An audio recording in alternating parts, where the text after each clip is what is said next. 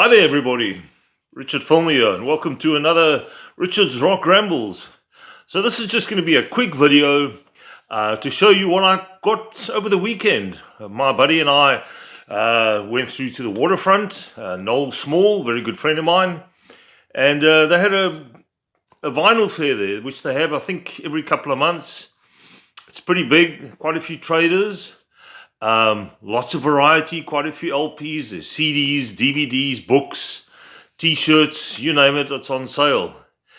So I thought, let me go through and see what I can find. And I actually came back with some really cool albums. Some that I did have in the past, and some that I have been looking for quite a while. So we're just going to quickly go through. I'm not going to spend too much time on each album. Just wanted to show you what I managed to find. So the first song we're going to look at is 10 Years After, Cricklewood Green, great blues rock band from the UK. Alvin Lee on guitar, of course, the late Alvin Lee. And let's see if there's anything I can show you in the middle. There we go. The psychedelic pictures there. You can see it's the late 60s. I think this was either 1969 or 1970. Let's see if I can get a date here. It's 1970, yeah. So what are the tracks on here? Sugar the Road, Working on the Road, 50,000 Miles Beneath My Brain, Year 3000 Blues, which is really nice. Some great bass work from Leo Lyons. Me and My Baby, Love Like a Man, Circles, and As the Sun Still Burns Away. Produced by the band 10 Years After. And the engineer was Andy Johns, a well-known producer and engineer. Glyn and Andy Johns, the two brothers who did a lot of producing in the 70s. So that's the first one. Been after this for some time. Really glad I got this. Great blues rock. Then from a different trader, and you know there's quite a few traders there and they're willing to drop prices, etc. I got this one, also from 10 Years After, called Shh. And there's the guys at the back, Alvin Lee in the middle there. I'm not too sure who Leon this. Not very. There's no names here, but it's Leo Lyons and Chick Churchill, and Rick Lee on drums. Some of those really strange hairdos from the late 60s, early 70s. But the weird thing with this one, it comes with the album, but there's also got Cricklewood Green inside, which I got. So I don't know how that landed up in here because this was only a single album. Bad Scene, Two-Time Mama, Stoned Woman, Good Morning Little Schoolgirl. Excellent track. And I think that would be quite a big hit for them. I think it's a cover, if I'm not mistaken. If You Should Love Me, I Don't Know That You Don't Know My Name. Or I Don't Know That You Don't Know My Name, yes. The Stomp, and I Woke Up This Morning. Produced by Alvin Lee and 10 Years After. And once again engineered Andy Johns. And I think this was the year prior to the Cricklewood Green. This is 1969, yes. Also been after this for some time. I haven't had either of these before. I think I only had them on my hard drive, so it's nice to have a physical copy. And this is one I've been after for some time as well. Traffic's Low Spark of High-Heeled Boys. Classic album, this. And this would also be early 70s, I think. And Hidden Treasure. There's only 6 tracks on here, but they're quite lengthy tracks. Hidden Treasure and the title track, The Low Spark of High-Heeled Boys, that's about 12 minutes long. Rock and Roll Stew, and then on side 2, Many a Mile to Freedom, Light Up or Leave Me Alone. I love that track. And that features Jim Capaldi, I think, on lead vocals. He sings on 2 tracks here.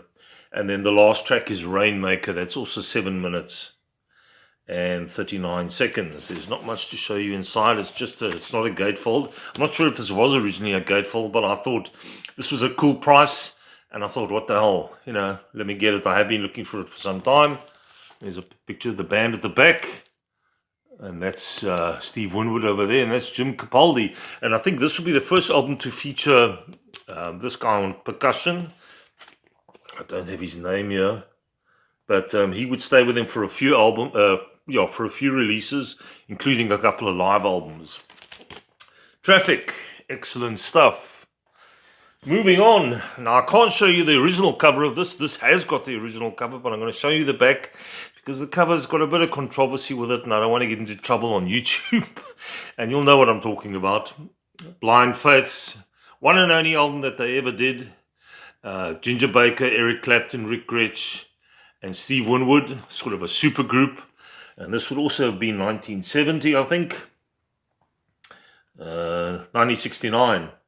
Had to Cry Today, Can't Find My Way Home, Well All Right, which has been covered by many. Santana had a hit with that as well. Presence of the Lord, Sea of Joy, and then that really long track where Ginger Baker, Let's Fly with the Sticks, Do What You Like. Quite a cool track, sort of an improvised jam almost.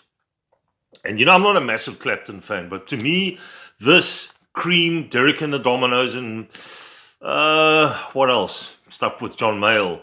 That's essential Eric Clapton for me. I mean, you guys may have a different view, but this is a cool album. Just a shame they couldn't last. Just a one and done. Yeah, and then they went their separate ways. And Eric Clapton, of course, had a big solo career. So that's the Blind Faith. Another one I've been after, Badger. And this is a weird album because it's Roger Dean cover. You can see there. The reason being that Tony Kaye, one of the members of this band, was with Yes. And obviously he did a lot of the Yes covers, so he decided to do this cover. So let me show you. There's the whole thing. That's really cool. There's the two badges. So it's a live album and the one and only album they ever did. I mean, how often does that happen? Your only album is a live one. So the guy who sold this to me dropped the price because of there's some cover damage. If you can see there, you can see there's some cover damage and over there as well. So that's Tony Kaye there on keyboards, guy from Yes. David Foster on bass guitar, not the David Foster, this is Dave Foster in fact. Roy Dyke on drums and Brian Parrish on lead guitar. I must say this Brian Parrish guy is a really nice guitarist. It's prog. Some of it gets a little heavy. Side 1 is a lot better than side 2. Side 2 sort of drops off a bit. Wheel of Fortune, the first track, is amazing. Fountain, Wind of Change is good. There's also, these are quite lengthy tracks, 7 minutes. They're all 7 minutes. And then on side 2, River, The Preacher, and On the Way Home. Really nice album. I just love the cover as well. So I've been after this for some time. Glad I got that. I think I've got 8 albums all in all. And then some English progressive rock. These guys are quintessentially English. They just have a certain sound all of their own. Caravan. And a cool play on words for the album, Cunning Stunts. There's a picture of the guys at the back. So the main driving force in this band, of course, is Pi Hastings, acoustic and electric guitars and vocals. Very understated vocalist, not a in-your-face kind of guy. But his vocals suit the music so well. Richard Coughlin on drums and percussion. Jeff Richardson on viola, acoustic and electric guitars and flute. Dave Sinclair, acoustic piano, mini moog, organ, Freeman string symphonizer, whatever that is. Fender piano and audio electric organ. And Mike Wedgwood on fretless and fretless bass guitars. Really cool album. I haven't given this a proper listen yet, just for one side of it. But I really like the Show of Our Lives track. Welcome the Day. Yeah, so I've got to give this another listen. But I have been after this for some time. As I said, very English sounding progressive rock. Something very different to what the Americans were doing. There we go. Second to last, Taste. Rory Gallagher's first band. And this is live at the Isle of Wight. Sorry, it's something in my eye here. Not many tracks. There's only 1, 2, 3, 4, 5, 6 tracks on here. What's Going On, Sugar Mama, Morning Sun, Sinner Boy, Feel So Good, and Catfish. But it just catches them in that whole live situation. Also 1970, Isle of Wight. Who else was there? Jeez, 10 years after, also played at this festival. So this is really cool. Just good, hard blues rock with, of course, Rory Gallagher on guitar. You can't go wrong. And then finally, Michael Schenker Group, One Night in Budokan. Now, I used to have this many years ago. I don't know what happened to the album. Maybe I sold it or gave it away or whatever. But this is such a cool, this is the original Michael Schenker group lineup, except for the fact that there's no, I think on the original album there's Simon Phillips on drums, and here you've got Cozy Powell, the late great Cozy Powell, Gary Barden on vocals, Chris Glenn on bass, and Paul Raymond on keyboards, rhythm guitars, backing vocals, and of course Michael Schenker on lead guitar. Paul Raymond was also part of the group UFO, and Schenker was also part of that group. There we go. How's that for some cool live shots? And there's Michael Schenker at the top, and there's the one and only Cozy Powell, and that's Gary Barden there. I'll show you in the middle. Yes, cat's just saying hello. There's some cool live shots. Yeah, I'm very glad I got this. This is such a nice live album. There's another shot of Michael and Gary Barden at the back. So what are the tracks? Armed and Ready, Cry for the Nations, Attack of the Mad Axeman, really nice.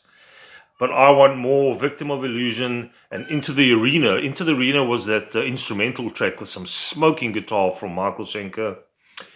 On and On, Never Trust a Stranger, Let Sleeping Dogs Lie, Courvoisier Concerto, Lost Horizons, Doctor Doctor, which is the UFO hit, and Are You Ready to Rock, which is a cool track to finish it off. One Night at Budokan, Michael Schenker Group. Yeah, there were a couple of other live ones, I think, back in the day. This was in the 80s, 1980 or 81, somewhere around there. That was when he was really big. I'm just trying to find a date here. 81. Really nice stuff. Classic early 80s hard rock stroke metal. There we go. My little haul from the waterfront. Yeah, I try and get there as much as I can. It's a bit far from me. I stay in Muizenberg, which is the other side in the far south. But I always come away with some really cool stuff. And like I said, the guys always drop their prices. And it's also nice just to hook up with people that I haven't seen for a while, like-minded folk, you know, guys that I've known for a while, and we only seem to see each other at these vinyl fairs. That's it, guys. I'll catch you soon with another video. We're going to be carrying on with our look at albums that are 40 years old. And I'll catch you then. Cheers.